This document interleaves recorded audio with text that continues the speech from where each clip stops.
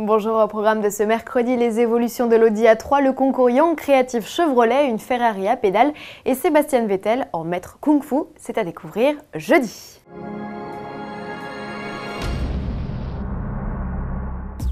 Alors que la nouvelle Audi A3 s'apprête à débarquer sur nos routes, une vidéo mise en ligne par nos confrères du site autoblog.it permet de retracer l'évolution de la Compact Star en utilisant la technique du morphing. Grâce à ce procédé qui permet de transformer une image de façon continue, on remarque de gros changements entre la première version née en 96 et la seconde apparue en 2003. Les formes sont plus rondes et modernes à l'image de la gamme Audi de l'époque. C'est aussi sur cette version qu'apparaissent pour la première fois les feux de jour à LED.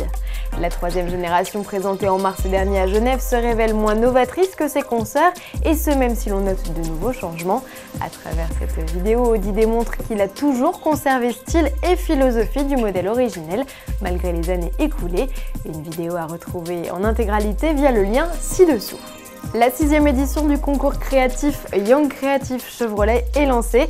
Cette compétition européenne voit s'affronter des étudiants en école d'art appliqué autour de plusieurs thèmes, la photo, la vidéo, les arts graphiques et la mode. Le jury français se réunira le 6 juin. Le lauréat de chaque discipline participera au prix européen correspondant. En attendant les sélections nationales, Chevrolet France vous propose de prendre part à la compétition.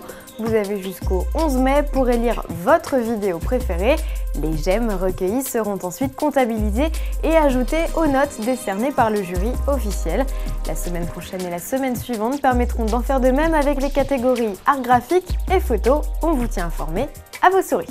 Deux vidéos décalées pour finir. La première présente la nouvelle création de Anne Lan, artiste allemand d'origine norvégienne. Après la Ferdinand GT3 RS, la Porsche la plus lente de l'histoire de la marque, il faut dire qu'elle est en aluminium et à pédales, l'artiste a choisi de garnir son garage avec une Ferrari. Toujours plus déjantée, cette œuvre, en clin d'œil à la FXX, se nomme Faradi Farfalla FXX. Comme sa devancière, elle cache sous ses feuilles d'alu un châssis tubulaire et des pédales. L'humour de l'artiste est présent jusqu'à la fiche technique où il ne manque pas de préciser qu'elle bénéficie d'une injection directe de 0,35 chevaux et d'une boîte 11 vitesses. Une création à voir et à tester en compagnie de l'artiste jusqu'au 4 juillet 2012 au musée Lentos de Linz en Autriche. Souvenez-vous, en avril dernier, en marge du Grand Prix de Chine, Sébastien Vettel jouait les maîtres Kung Fu.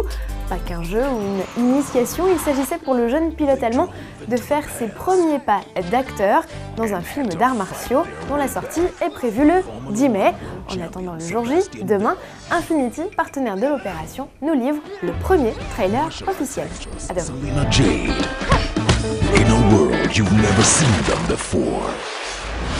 Drive of the Dragon. I'll be right with you. Come meet him. Driveofthedragon.com.